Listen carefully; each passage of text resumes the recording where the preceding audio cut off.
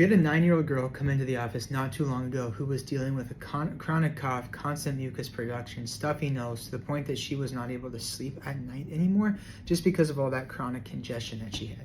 She'd been on antibiotics, she'd gone down the medical route, done all the things, and nothing that she did helped.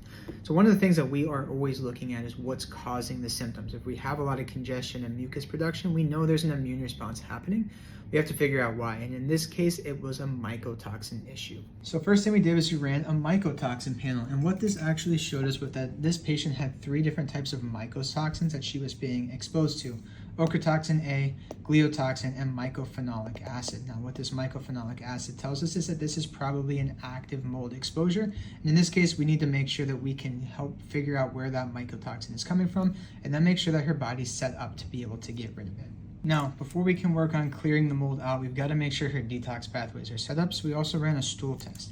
What this stool test is showing us here is that she's got some significant bacterial imbalances that are going on that you can see are going to lead to a lot of symptoms. We can't be clearing things out through the gut if we've got a bunch of gut issues. She's really struggling here to break down her proteins as well, so that's going to create a bad environment, an inflammatory environment in the gut, probably because of a lack of stomach acid and increased stress. She's also got a couple of opportunistic infections down here. One of them is pathogenic. So this is also a common co-infection. This is also creating inflammation in the gut, creating an immune response. So if we want to be able to clear that mycotoxin out, we've got to make sure that we're clearing out these infections as well. So in this case, what this girl needed was not another round of antibiotics. She just needed to figure out what was going on that was creating the sinus issues. We started getting the gut detox. We started pulling some of those mycotoxins out. And after a couple visits, she was actually able to start sleeping through the night. The congestion was starting to decrease.